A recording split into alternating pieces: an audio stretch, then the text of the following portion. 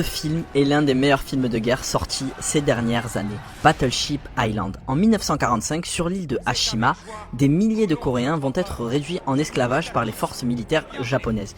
Ils vont être obligés de travailler dans des mines, certaines jeunes filles vont être prostituées, ils vont tous être entourés de soldats japonais, ils ne peuvent pas se rebeller et ils sont totalement réduits en esclavage.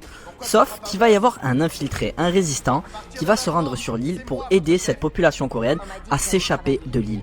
Ce film est dingue. Il y a des scènes d'action, il est touchant, les acteurs sont fous, notamment Wang Jung-min que vous avez pu voir dans The Stranger et New World, il me semble. Le casting est ouf, il y a tout le temps de l'action, c'est bien foutu, c'est bien réalisé.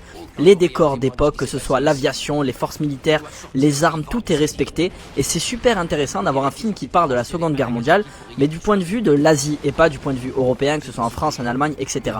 Ou même du point de vue des Américains. On a tout le temps cette redondance au cinéma pour les films de guerre, c'est tout le temps du point de vue occidental.